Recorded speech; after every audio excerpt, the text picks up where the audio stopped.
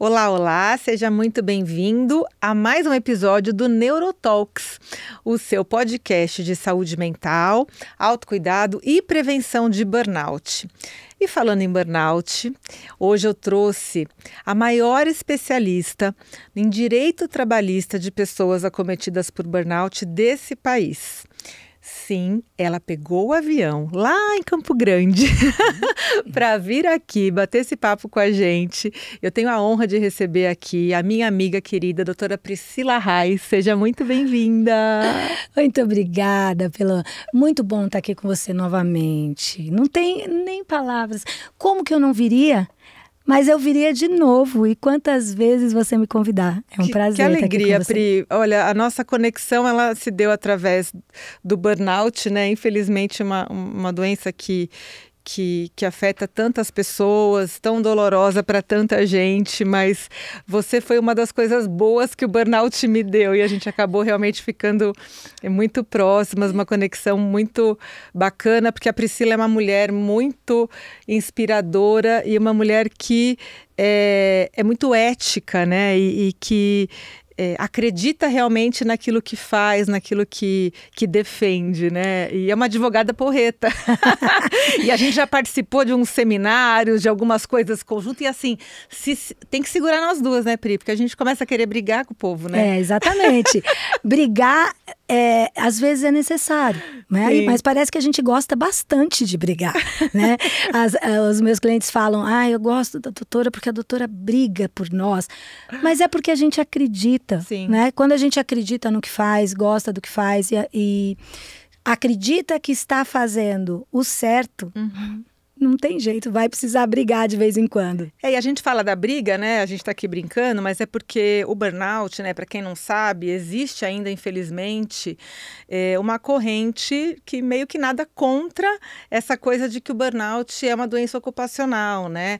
Então, de um lado, estamos nós e alguns estudiosos no assunto que defendem, né? Assim como muitos países já avançados nesse tema, de que o burnout é sim uma doença relacionada ao trabalho, assim como o próprio Ministério da Saúde reconhece e defende, né, o burnout como uma doença ocupacional, assim como os riscos ocupacionais, psicossociais associados ao burnout, mas infelizmente existe aí um outro lado, né? A gente brinca que é o lado negro da força. Então, quando a gente está ali em alguns eventos e tal, eu pego a minha ancestralidade espanhola e a Pri pega a dela, a minha árabe, e a gente sobe nas tamancas, né, Pri? Pois é.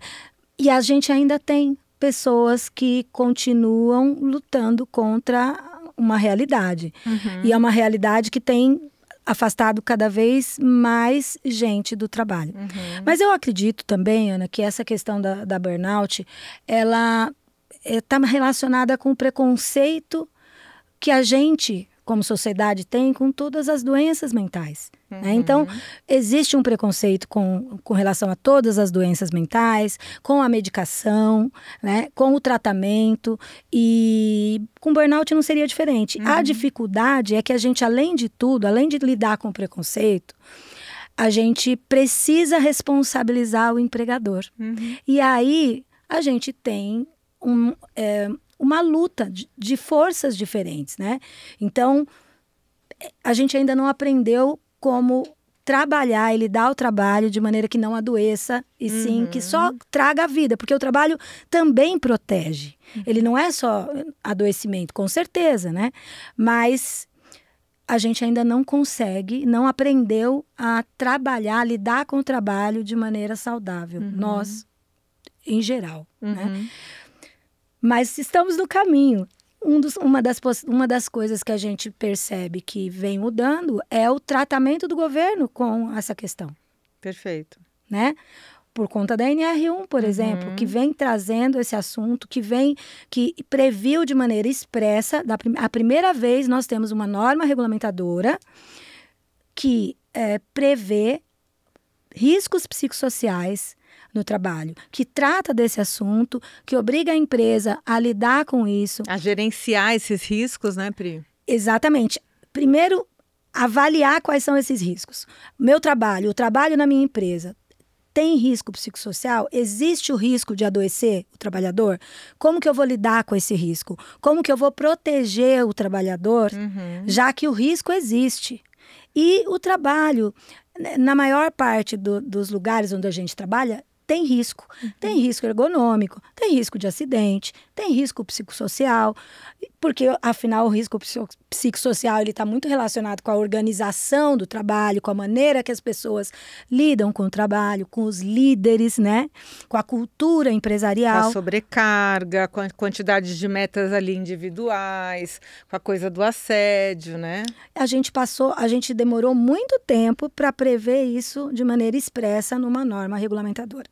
E quando a gente conseguiu incluir esse assunto na norma regulamentadora e a imprensa divulgou isso, infelizmente a gente não conseguiu ainda colocar essa norma em vigor. Essa mudança não está ainda permitindo punição daqueles que não cumprem o que está previsto na norma. Mas a gente já tem uma previsão, a gente pode educar o empregador, que é melhor até do que punir, né? A gente pode trabalhar com esse assunto até maio do ano de 2026. Porque a previsão era que isso já ia ser valendo já agora em maio de 25, né? Sim. Mas aí o ministro revogou, né, postergou adiou para maio de 2026, né? Então, por enquanto, ainda é, sim, obrigatório a implantação do NR1, mas não vai haver punição para aquelas empresas que ainda não estão cumprindo com a norma. E por que isso aconteceu? Porque as empresas fizeram um movimento forte para adiar a entrada em vigor da norma regulamentadora e evitar punições, porque eles se dizem despreparados para aquilo que tem que ser feito em razão da norma da ANR, né? Então, foi por conta dessa pressão dos empresários para evitar mesmo que houvesse multas agora, né? Porque existem algumas medidas que são mais difíceis de implementar. Né? A gente sabe que tem. E eu não sou inimiga de nenhuma empresa. Né? Quando eu falo em nome do trabalhador, eu não sou inimiga de nenhuma empresa. Eu sou empresária, inclusive. Eu também lido com esse problema. Sim. Inclusive, já conversei com você sobre esse assunto. Já pedi ajuda. É difícil, é desafiador, porque o trabalho realmente tem risco. Imagina um escritório de advocacia que trata de pessoas com doenças, principalmente mentais. É claro que existe um risco. E o seu escritório é muito grande, trabalha com muitas pessoas, é complicado. Então, eu sei que é difícil, mas a gente precisa implementar essas medidas. Então, agora a gente tem até maio de 2026 para aprender, para implementar, todos nós. E isso, com certeza, vai trazer frutos. Vai trazer um resultado bom, vai melhorar o trabalho. Eu acredito realmente que essas medidas da NR1 vão auxiliar a gente a melhorar o ambiente de trabalho como um todo. Tá. Não milagrosamente. Claro, claro. Ô, Pri, e se por acaso alguém que está aqui ouvindo a gente, sei lá, de repente alguém que nunca te ouviu falar, né? Não te conhece, não conhece o seu trabalho e por acaso não conhece sobre os direitos, né, trabalhistas ali de quem tem, por exemplo, um diagnóstico, seja de burnout, seja de uma depressão causada pelo excesso de trabalho, né, assim, um transtorno mental causado pelo trabalho, que hoje a gente sabe que é a segunda causa principal de afastamento no INSS, né, quer dizer, a gente tem uma explosão de números de diagnóstico. Então, as pessoas têm medo, têm receio. Quando eu faço esse diagnóstico no consultório, muito provavelmente eu vou pedir para você se afastar do trabalho. Quer dizer, se você é um jogador de futebol, que você está lá em campo e você teve uma lesão no teu joelho, você não pode continuar jogando, você tem que sair um pouco de campo para você fazer lá sua cirurgia, sua reabilitação, sua físio e depois você volta. Claro. Né? Agora, quando eu falo você precisa se afastar do trabalho, em geral vem muito medo né? Medo da retaliação, medo do que vai ser depois, se eu vou perder meu emprego, como é que vai ser. E aí que entra o respaldo jurídico, que eu acho que é tão importante as pessoas saberem, né? Então, eu queria que você falasse de que forma essas pessoas estariam protegidas. Quais os direitos dessas pessoas que têm esse tipo de diagnóstico? Bora lá, então vamos lá. Primeiro que qualquer doença ocupacional, seja ela mental, seja ela física, como por exemplo um problema na coluna, qualquer problema de saúde causado ou agravado pelo trabalho dá os mesmos direitos, garante os mesmos direitos. Quais são? É claro que você precisa fazer prova de alguns fatores, como por exemplo, da própria incapacidade, da causa do adoecimento, estar relacionada ao trabalho, né? Mas feitas as provas, quais são os direitos? Primeiro, danos morais. Porque há um sofrimento, é evidente que quem adoece e tem que se afastar do trabalho, sofre. Então, existe o dano moral. Existe o dano estético em caso de haver uma mudança na estética da pessoa, uma cicatriz, um corte, uma amputação. É um dano estético. Tem o dano material. Esse dano material ele é dividido em 3. O primeiro é o ressarcimento de todas as despesas que a pessoa tem com o tratamento médico para se recuperar, todas. Lucros cessantes, tudo aquilo que o trabalhador deixa de ganhar por conta do adoecimento. Então, ficou afastado do trabalho pelo INSS por 2 anos, não recebeu salário por 2 anos. Isso é lucro cessante, então 2 anos de salário. Ah, mas recebeu do INSS? Tudo bem, o INSS é uma coisa, o empregador é outra. Tem direito também a uma pensão. Essa pensão é quando fica alguma incapacidade. O trabalhador, ele não se recupera completamente. E quando o trabalhador não se recupera completamente, ele fica permanentemente incapacitado para o trabalho, ele pode ter direito a uma pensão paga pelo empregador para o resto da vida, por isso chama pensão mensal vitalícia, e ela é proporcional ao percentual da incapacidade. Então, se a incapacidade foi de 20%, se aplica o percentual de 20% sobre o salário que a pessoa ganhava e esse será o valor da pensão. Né? Existem também os danos existenciais, que é uma espécie de dano moral, né? Que é quando a pessoa deixa de fazer, Ele não pode mais realizar um sonho, ele tem que mudar algo na sua vida. Então, ele deixa de fazer alguma coisa que ele fazia, ele não pode mais fazer alguma coisa que ele projetava fazer, uma faculdade, realizar uma viagem. Projeto. Exatamente. Então, a mudança no projeto de vida da pessoa gera o direito ao dano existencial. Então, esses são os direitos básicos trabalhistas de quem tem uma doença relacionada ao trabalho. Na área previdenciária, a pessoa tem direito ao auxílio-doença, que é o benefício por incapacidade temporário, B91, acidentário, que significa o quê? A pessoa se afasta por doença ocupacional, ela tem direito a se afastar, receber do INSS um valor mensal para ela poder fazer frente às suas despesas básicas, mínimas, porque o valor não corresponde ao valor do salário, né? Esse benefício concedido dá direito também a uma estabilidade no emprego, que é uma proteção constitucional. Porque o medo de se afastar é por conta disso. Quando eu voltar, eu vou ser dispensado. É o medo de perder um emprego, é o medo de perder comissionamento, é o medo de perder função, é o medo de não conseguir mais emprego. Então, a pessoa tem direito à estabilidade no emprego e depósito do FGTS durante o período de afastamento.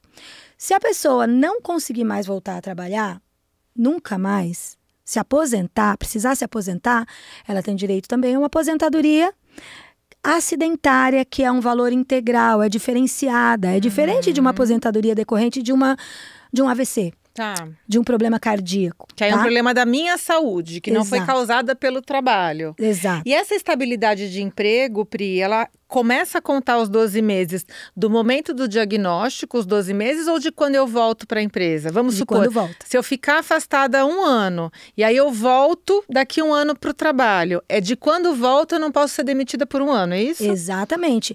Conta a partir da alta do INSS. Médico, tá.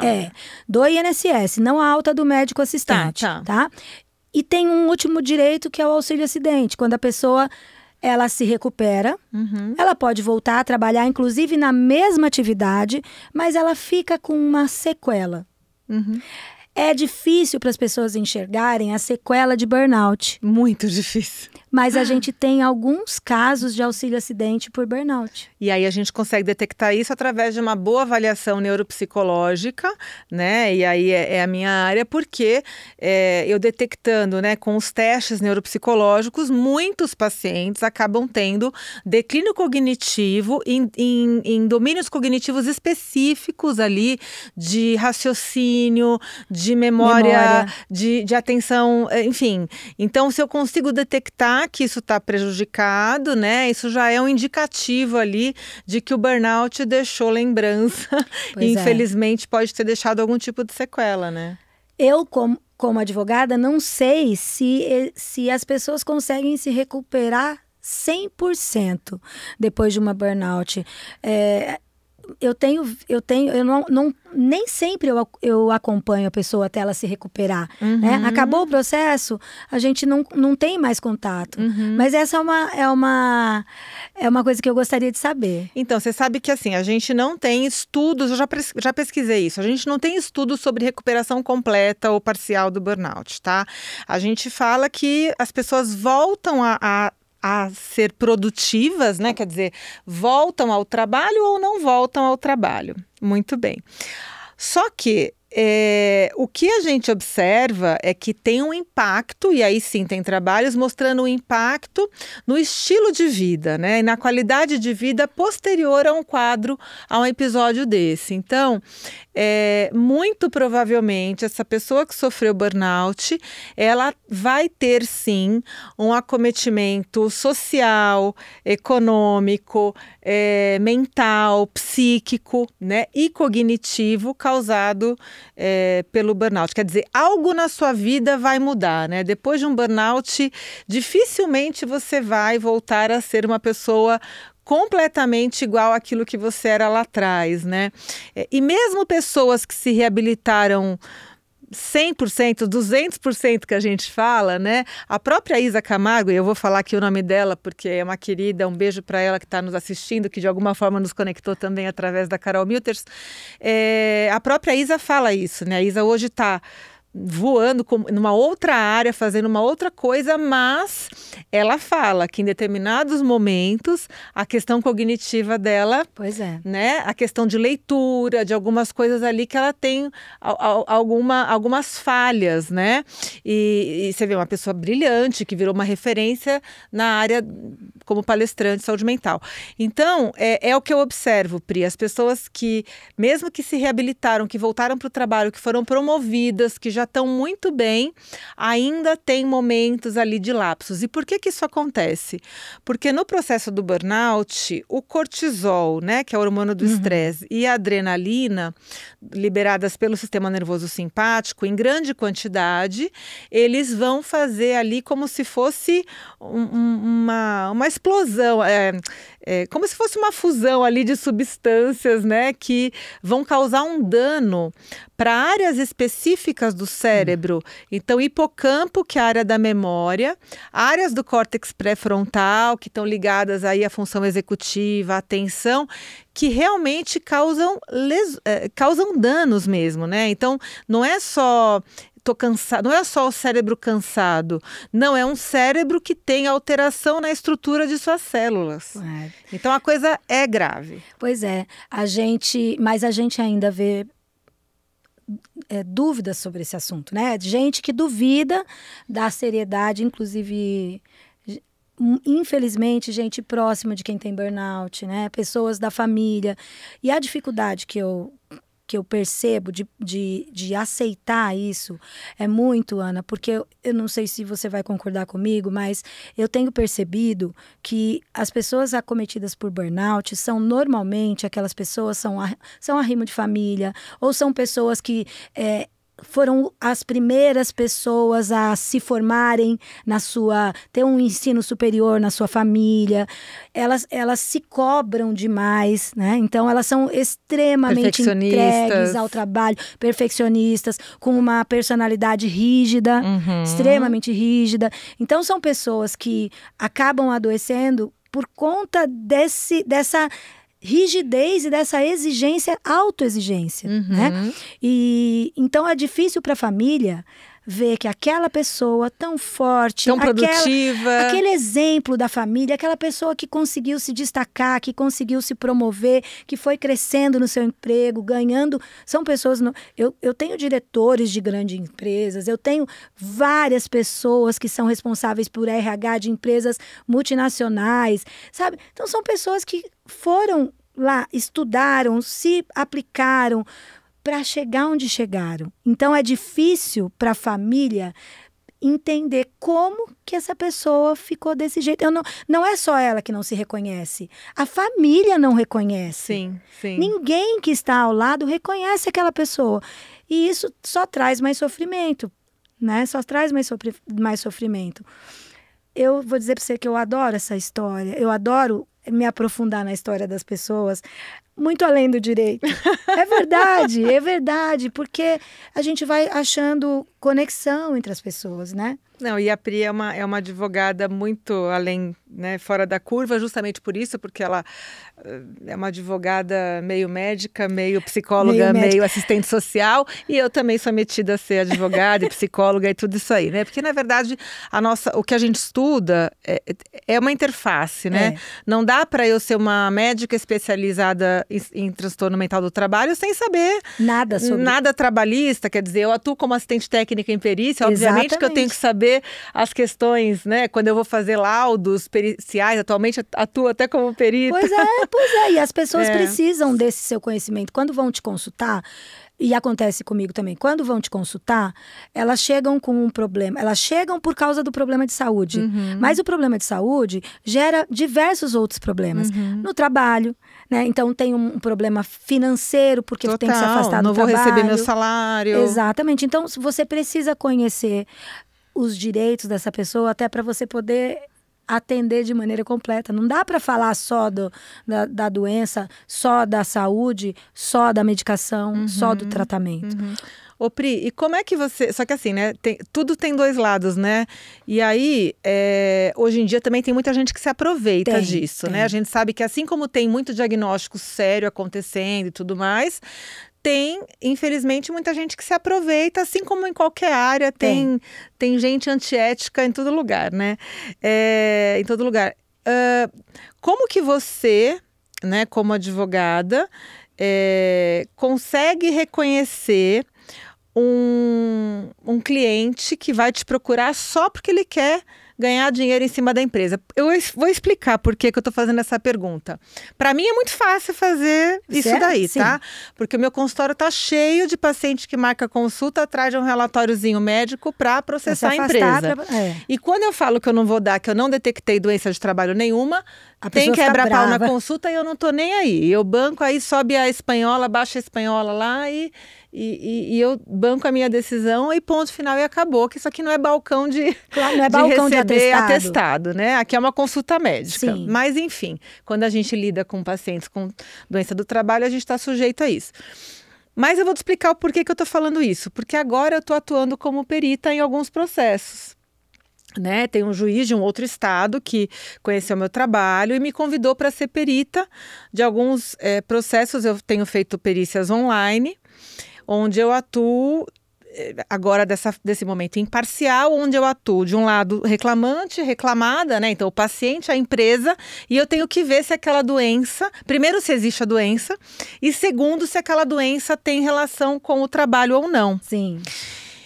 E, minha amiga, eu tenho ficado impressionada, porque assim, eu tô acostumada a lidar com processos muito bem escritos, elaborados por você, pelo Dr. Marcelo Valle, por outras referências, pessoas muito boas que trazem elementos concretos de um adoecimento do trabalho, pessoas que fazem tratamento, que têm relatório médico, têm afastamento no INSS, B31, passou por B91, aquela coisa arada toda. Doutora Priscila Reis, se eu te contasse cada caso que a gente pega, eu fico pensando, esses juízes por aí devem estar enlouquecidos também com essa coisa, essa explosão de advogados também mal intencionados, tentando... o ganho secundário. Tentando o ganho da cavar secundária. uma doença ocupacional onde sequer tem doença, tá? Então, eu peguei 3 casos em especial, assim, para te contar, onde o paciente sequer tinha um relatório médico decente. Ele não tinha um relatório médico, Priscila, ele tinha atestado de passar no pronto-socorro, com CID de ansiedade, mas que ele poderia ter uma ansiedade porque ele saiu daqui e hoje está chovendo e está muito trânsito, ou eu tenho conta para pagar e não tenho dinheiro. Então, assim, não ligava Lé com Cré, pegou uma advogada provavelmente de porta de cadeia e que montou ali um processo trabalhista bizarro, que eu falei, meu Deus do céu... Infelizmente, isso acaba atrapalhando demais a vida de todo mundo que é sério, né? Então, mas como que tem gente que se presta a isso, né? E aí a pergunta, né? Então foi para contar o caos e teve um outro que o paciente nem apareceu na perícia, para você ter ideia, na perícia judicial. É um absurdo. O paciente nem apareceu, porque ele falou, a doutora advogada entrou aí, né? Mas eu já tô bom, eu nem quero mais ganhar nada desse lugar, não. E foi assim, mas enfim...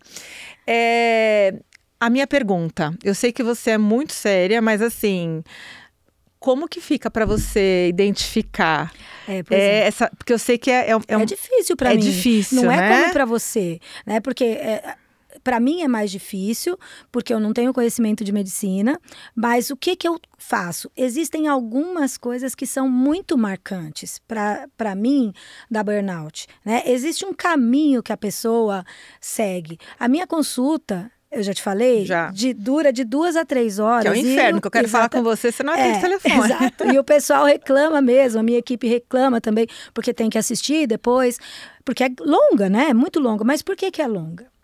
Porque eu pergunto da vida inteira da pessoa. Eu quero entender como ela chegou ali, porque ela não chegou ali do dia para a noite. Eu quero entender se ela tinha algum problema de saúde antes, se ela não tinha, como foi o trabalho dela desde o início. Normalmente são pessoas que trabalham muitos e muitos anos na mesma empresa. Quem tem burnout é aquela entrega que eu te falei. Então eu vou verificando alguns sinais.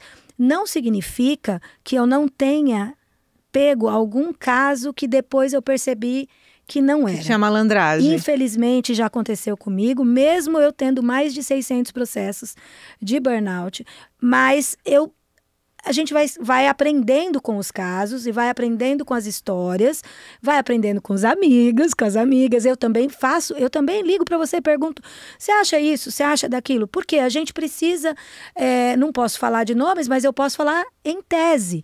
E perguntando para você em tese, eu vou conseguindo entender alguns casos. Eu já tive casos também, Ana, que eu não queria pegar, porque eu achava que a pessoa não tinha razão. No momento posterior, a pessoa me trouxe um dado que eu acabei entendendo que podia ser. Entrei com o processo e ganhei o processo. A pessoa ganhou a pensão para o resto da vida. E eu tenho na gravação, eu não vou pegar seu caso por causa disso. Vou te dizer o que aconteceu, por que eu não queria pegar o caso dela. Porque ela expressou para mim que ela trabalhava num segundo trabalho e ela queria reduzir a jornada de trabalho dela. Ela tem um filho autista, ela queria reduzir a jornada de trabalho dela para poder trabalhar no outro trabalho também que ela fazia dentro de casa. Eu falei, eu não vou pegar seu processo porque eu entendo que você não tem esse direito. Você quer fazer outro trabalho. Daí ela me trouxe um outro elemento e, de fato, ela realmente está muito doente. Hoje está muito pior. A gente conseguiu, de fato, a redução da jornada dela. Enfim, no final, hoje em dia, ela quer trabalhar em home office, ela está trabalhando presencialmente. Então, a gente se engana. Eu, como advogada, infelizmente, posso me enganar com as histórias. O que eu faço é estudar muito, avaliar bem a documentação. Quem tem burnout Já foi ao médico várias vezes, já foi a vários médicos, eu quero prontuário, eu quero saber por que você foi lá no gastro? Porque eu tinha dor de estômago, eu achava que era problema de estômago. Por que você foi no oftalmo? Porque eu tive um problema na vista, por que você foi no dermato? Porque eu tive problema na pele? Você vai construindo a história, você vai entendendo a história. Agora, se não tem essa história, aí a gente desconfia, né? Então, e você tem toda a razão. Além de ter trabalhador que busca um ganho fácil, também tem advogado. Infelizmente, isso acaba prejudicando aquelas pessoas que, de fato, que são a maioria, que, de fato, estão doentes. Os advogados que, de fato, trabalham de forma correta, assim como os médicos que trabalham de forma correta, como você, né? Porque não dão atestado simplesmente porque a pessoa paga uma consulta. Porque você também perde a credibilidade. As pessoas vão conhecendo seu nome, né? Não adianta, isso não se sustenta por muito tempo. Falando em burnout, Pri, a gente tem mais casos em mulheres, né, do que em homens. Muito mais. E ao mesmo tempo a gente sabe que as mulheres têm mais transtornos mentais de outra natureza. Tem mais antecedentes de depressão, de ansiedade, de síndrome do pânico, de depressão puerperal e por aí vai.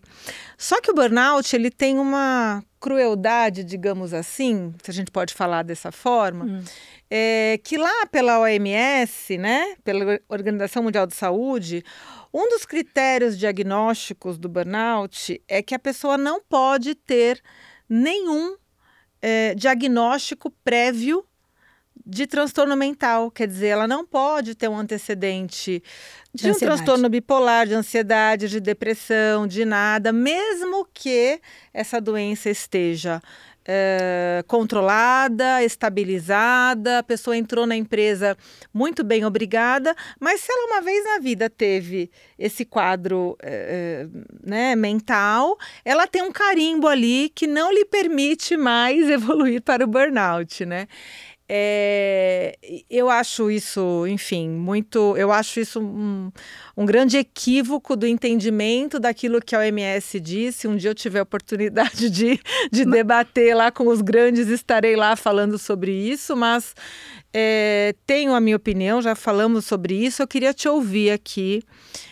Qual que é o teu entendimento quando alguém chega com um antecedente de um transtorno mental, por exemplo? Então, assim, eu já tive depressão uma vez na vida, tomei remédio, fiquei boa e agora entrei na empresa e tô lá e acho que adoeci pela empresa. Essa pessoa tem chance de comprovar alguma coisa, de alguma relação da sua doença com o seu trabalho? Tem chance, ela é menor do que aquele que não tem nenhum antecedente.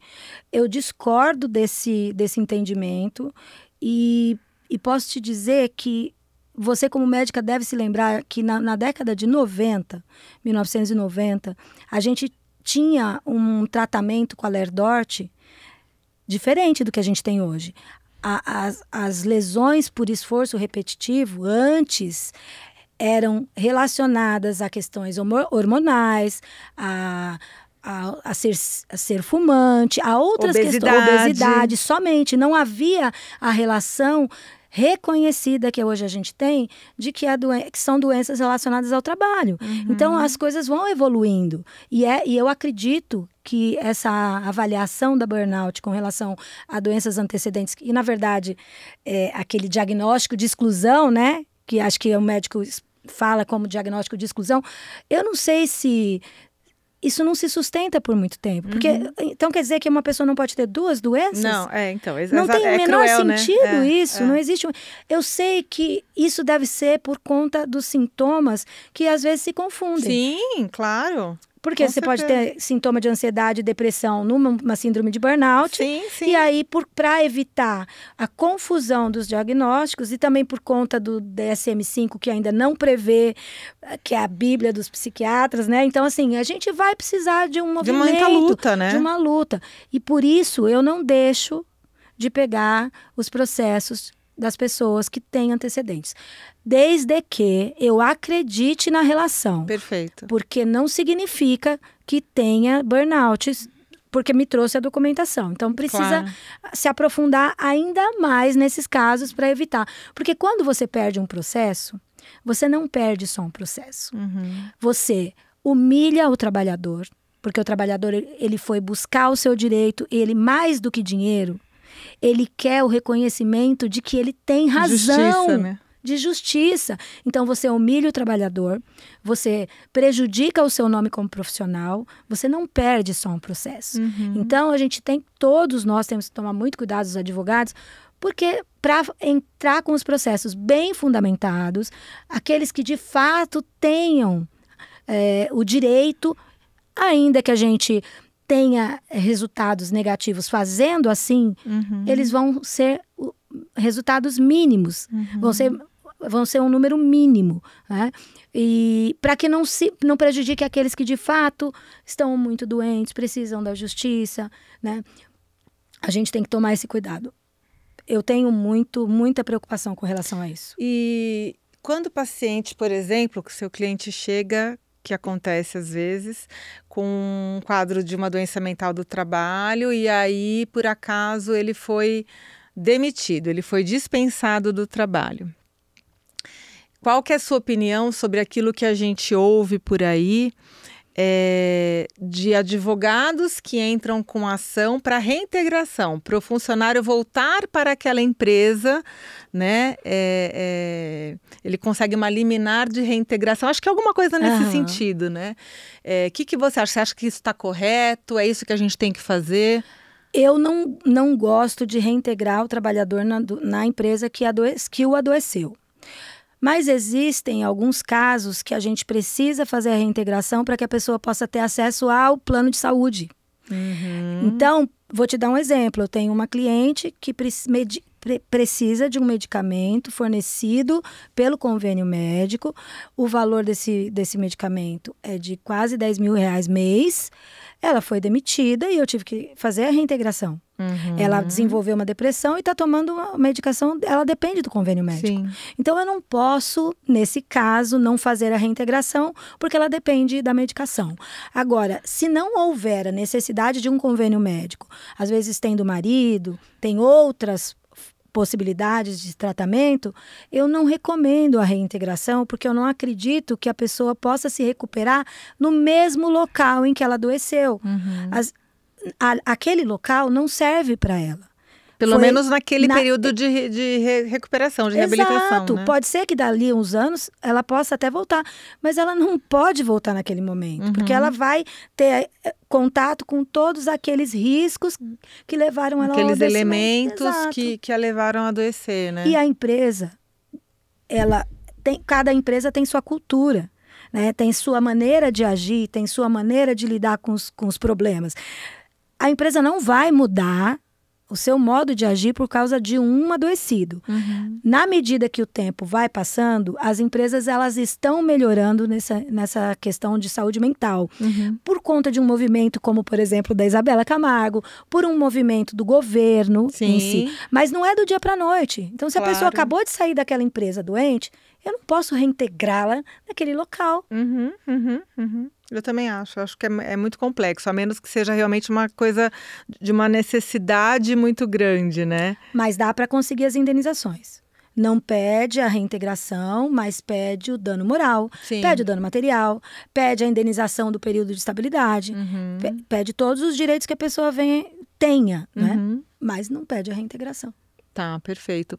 E também existe, né, Pri, a questão da possibilidade, se você estiver vivendo, que é uma coisa que a Luciana Baruch fala muito, né, nossa amiga também querida, que trabalha muito com assédio do Ministério Público do Trabalho, existe também a possibilidade, se você está vivendo uma situação no teu trabalho, que a gente ouve muitas histórias, né, de pessoas com problemas graves de assédio, de sobrecargas assim bizarras, né, de pessoas que não têm direito à desconexão, que trabalham nas férias, tem pacientes que trabalham no hospital, tá doente, tá fazendo uma cirurgia, no pós-operatório imediato, primeiro dia de pós-operatório, a pessoa tá com o laptop no leito de hospital, trabalhando, respondendo e-mail, e se não tiver, o chefe tá gritando, e eu ouço histórias assim que me arrepiam, e é real.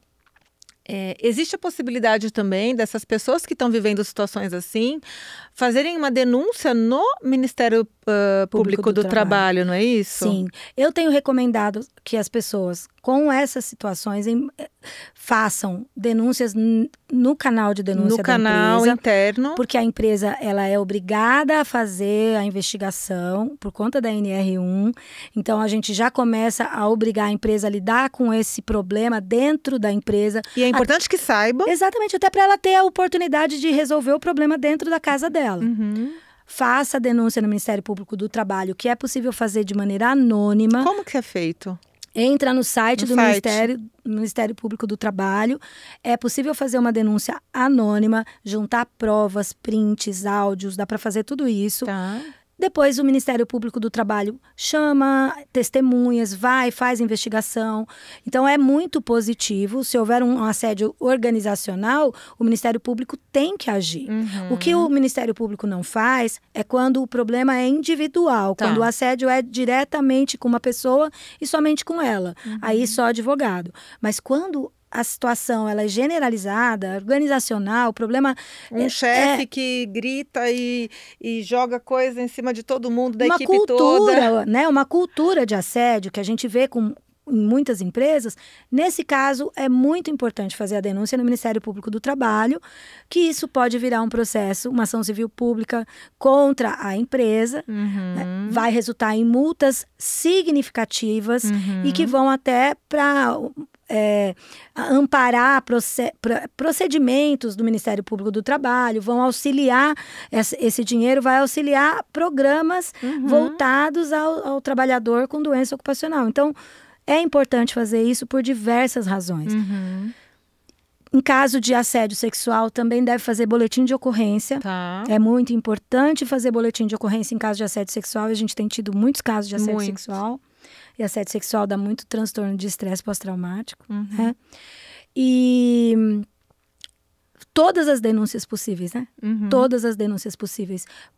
Para dar a oportunidade da empresa se corrigir, se ela de fato tiver uma intenção. Né? Quando a gente fala de intenção para a empresa, é porque a empresa são as pessoas. Então, se houver a intenção de melhorar o ambiente de trabalho, vai se trabalhar aquela denúncia de uma maneira positiva. Não vai punir aquele que denunciou. Né? Vai investigar de fato. E eu já vi casos em que houve de fato a investigação, em que houve a punição daquele que estava cometendo o assédio. Né? Então, assim, existem empresas sérias e muitas empresas que estão lidando com a saúde mental de uma outra maneira, com outros olhos, né? Então a gente precisa fazer as denúncias para dar a oportunidade dessa correção. Exatamente, e a gente sabe que, falando de assédio, as mulheres, infelizmente, sofrem muito mais, né, o assédio moral, inclusive, né, pela questão mesmo do machismo estrutural, que infelizmente ainda existe, né? E as mulheres cada vez mais capazes, né? Ocupando lugares. Eu passei por isso, né? Por uma situação bizarra que recentemente até coloquei no Instagram, quando eu fui secretária municipal de saúde, né? Depois que a senadora Marina Silva teve ali aquela cena bizarra de desrespeito por ser mulher, põe no seu lugar, não sei o quê. Independente de que partido você gosta, você apoia e blá, blá, blá. Isso aqui não é ideologia política, mas é uma questão de respeito ao lugar onde a mulher chegou, onde a mulher chega, né? E eu contei a minha história, né? Vou brevemente aqui resumir. Você já sabe, mas quando eu fui secretária municipal de saúde, eu fui chamada na Câmara dos Vereadores para esclarecer uma questão referente à uma unidade de saúde que estava em reforma e eu fui fechada numa sala, né? O presidente da Câmara armou meio que uma arapuca ali, que ele queria que eu caísse, é um termo, né, ali da política. Eles queriam o meu cargo, porque o secretário de saúde é um cargo muito desejado, né, por várias questões ali. E aí eles me fecharam numa sala e começaram a me assediar, me ameaçar de que tinha gritos em volta, de que eles iam invadir, trouxeram ônibus da oposição, me xingando de tudo quanto é nome, eu lá totalmente acuada. O presidente da Câmara dava risada e, quero ver agora ela pedir para sair, né? Eu totalmente acuada naquela situação. Eu saí escoltada, eu recebi uns puxões de cabelo, uns tapas e tal, fiz boletim de ocorrência e tal, pedi demissão depois de um ou 2 meses, enfim, foi uma situação bem bizarra, fui capa de jornal lá na região, foi um caos, mas isso aconteceu porque eu sou mulher. Tenho certeza absoluta, né? E não teria acontecido com um homem desse aconteceu jeito, não. Porque eu sou mulher, eu sou loira, eu não tenho cara de mulher política, entendeu? E eu estava ocupando um cargo naquele momento de poder, um cargo, né? Estava com o poder da caneta ali e aqueles homens ali não toleraram, não aguentaram e foi muito ruim aquilo, foi um trauma, assim, para mim, né? Foi muito difícil para mim, para minha família e tal. Imagina, só que eu tinha plano B, né, Pri? Eu sou médica, então eu pedi demissão, fui lá para minha terapia, né? Passei o corretivo na casa, chorei tudo que eu precisava, passei meu corretivo, meu bom amigo corretivo e voltei para o meu consultório, voltei a dar plantão e voltei à vida, né? Sim. Mas tem muitas mulheres que passam situações de assédio no trabalho e não tem um consultório para ir trabalhar amanhã se pedir demissão, que não tem a opção, a possibilidade de pedir demissão do seu cargo, né? As empresas são o espelho da sociedade como um todo. São micro-sociedades, né? Então, o mesmo machismo que a gente enfrenta fora das empresas, a gente vai ter dentro das empresas. E essa questão de não ter escolha é terrível e é real, porque é o emprego, é o salário, é a comida, é a escola do filho. Então, pega muito pesado. E o assédio tem uma questão extremamente delicada, que é a prova, Ana. A prova do assédio, porque quem assedia faz isso de maneira insidiosa. Faz de maneira sorrateira, ou seja, é muito difícil provar. Sutil, muitas vezes. Às vezes você se questiona, será que eu estou sofrendo assédio mesmo? Será que é isso mesmo que está acontecendo comigo? Ou será que eu estou exagerando? Começa assim, a pessoa começa a se questionar, mas será que não sou eu que estou exagerando? Mas espera lá, mas será que é só comigo? A pessoa se questiona até o momento que ela vai... que cai a ficha, que ela realmente percebe que está sofrendo assédio, ela tenta lutar, ela tenta sair daquela situação, e quando ela cansa de tentar, ela se entrega, ela adoece. A Luciana Baruch contou a história do assédio que ela viveu, e é mais uma história, existem várias histórias, e o meu sofrimento com relação ao assédio é a falta de prova. E eu vou usar esse momento para dizer para as pessoas procurarem fazer prova. É muito importante gravar, ter testemunha. É lógico que o assediador não vai xingar o outro na frente de todo mundo. A maior parte das vezes não faz isso. Sim. Né? Então você tem que estar preparado para gravar. Você tem que estar preparado para ter, se for na frente dos outros, ter colegas, porque o assediador ele vai afastando, né? E ele vai afastando todo mundo. Ele vai deixando o assediado, muitas vezes, isolado de todo mundo. Então é muito difícil provar. Tem que tomar cuidado com isso. Né? Sim. É difícil. Assédio é um tema espinhoso, né? Espinhoso, minha amiga. E é um dos riscos psicossociais mais graves que a gente tem, né? Como causador aí de burnout e de doença mental no trabalho, né? E talvez seja um dos maiores desafios que a gente tem agora no gerenciamento dos riscos psicossociais do trabalho, né? E de que forma você acha que... Eu vou te fazer a mesma pergunta para a gente finalizar. De que forma você acha... Fiz essa pergunta para o André Fusco, que a gente vai conseguir fazer o gerenciamento desses riscos psicossociais nas empresas? Você acha que vai ser possível? Vai ser possível. Você está esperançosa? Eu estou esperançosa que a gente vai melhorar um pouco. Eu não acredito na solução do dia para a noite. Eu acho que é um caminho. A gente precisa evoluir muito. A gente tem poucos fiscais do trabalho.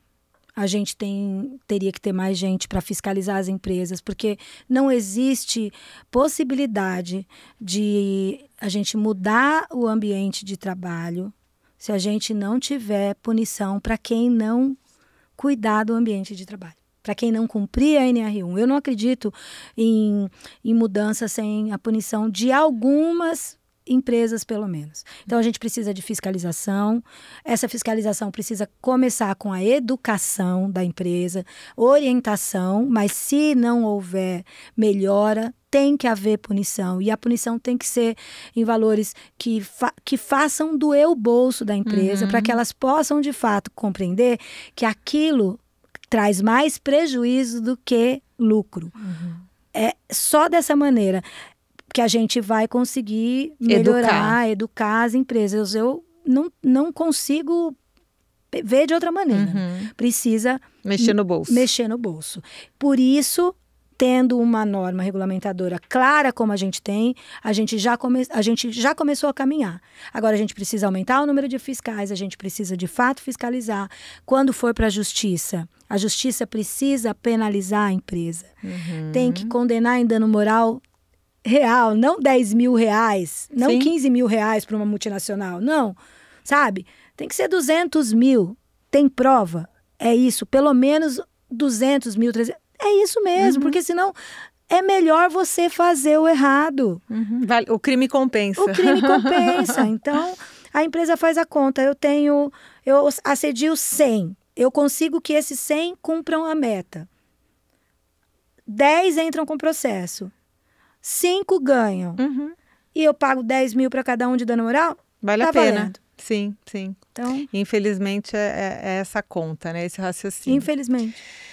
Ai, minha amiga, obrigada. Eu amei que você veio aqui. A gente está chegando ao final. Eu quero que você deixe um recado, conta onde as pessoas te encontram, para se alguém quiser entrar em contato com você, para ter uma consulta aí sobre os seus trabalhos.